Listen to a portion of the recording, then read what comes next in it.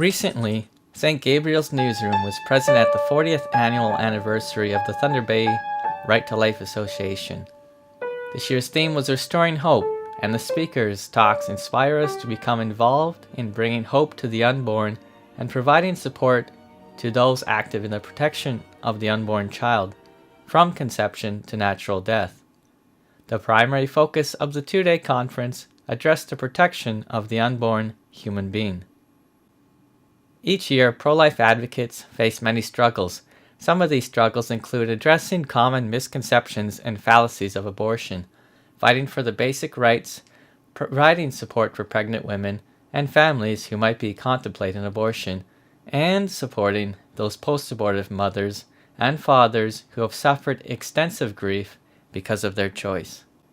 The conference certainly had a Christian perspective. In fact, every speaker in the conference professed to be Christian, which compels us to raise the question, is it possible to separate the pro-life cause from a belief in a supreme being, that is God, our Creator?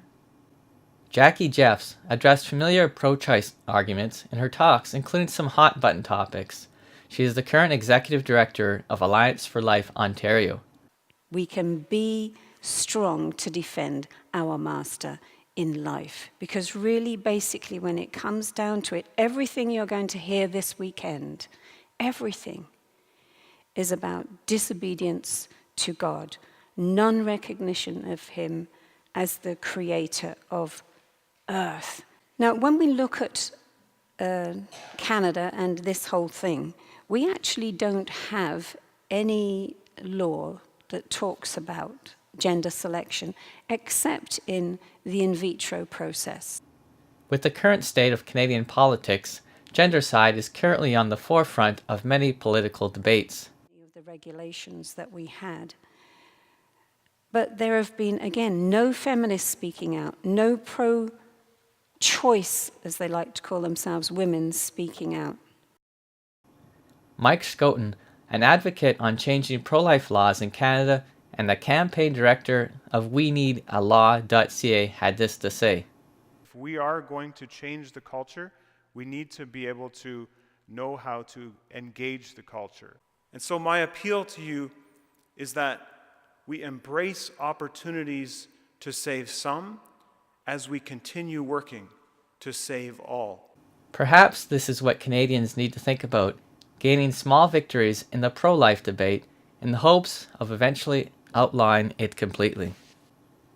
We weighed in on some of the attendees to find out what impacted them the most about the two-day conference.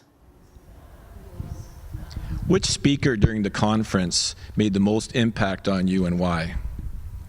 I believe it was Leah Mills, the young girl. She's only 17, yet she had such a passion for what she believed in, and she really challenged us in our walk as pro-lifers. Well, I was blown away by many of the talks, but the one that made the most profound impact today was Leah Mills. And it was her profound awareness of the fact that 1/3 of the people in her generation aren't here. 17 years old, Leah Mills, who is currently an internet sensation with over 1 million views on one of her videos, started her pro-life journey at the tender age of 12. She had a quote that it was so important I wrote it down. In the name of choice, women have lost true choice. Her unintentional pro-life speaking career was propelled by public reaction to a grade 7 school project. I mentioned yesterday, people come to me and they talk about my age and they say that you're too young. And this is my response to them. I say people tell me to do normal teenage things. They tell me to calm down, cool down, slow down. But I only have so long on this earth, and youth does not justify apathy. Michele and Todd Frascht also made a good impact with the attendees with this to say. Well, I think that Michele and Todd Frascht made the most impact on me because she spoke about how abortion can cause, is higher in Christian women. And Christian women are having a harder time healing spiritually because of the shame of coming out from their abortions. And that impacted me a lot. Also, her husband Todd talked about how it impacts men, and that really struck me because I didn't realize that men actually do have a connection with their unborn children. Many of the narratives in the pro-life and pro-choice debates suggest that it is for the most part a woman's issue, but in fact many men are also suffering in the midst of the abortion crisis in Canada and around the world. Many of the statistics that Michele presented demonstrate an appalling disregard for those suffering from post-abortion stress disorder, which includes anger, grief, nightmares, depression, drug and alcohol abuse, and suicidal thoughts. 84% of women who have had abortions reported that they did not have adequate counseling, with 79% not being informed about available alternatives. 60% of them said, "A part of me died." Michele is also president and founder of Project Healing Ministries, a nonprofit post-abortion healing ministry that conducts Rachel's Vineyards retreats in the Minneapolis area. Rebecca Kiesling also witnessed to the crowd on her personal experiences with abortion and was extremely passionate as she herself was conceived in rape. It was illegal even in cases of rape. I owe my life to the law being there to protect me. One particularly interesting point that rarely gets brought up is what happens to the aborted babies. And so I've asked people, I've had conversations with people like, okay, so you had an abortion, no big deal. You know, tell me what happened to your child's body. Do you know what happened to your child's body?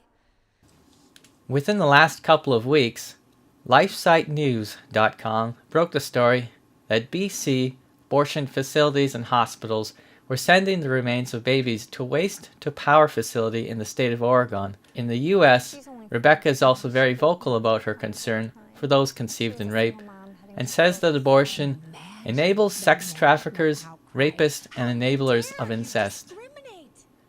She's also a family law attorney in the U.S.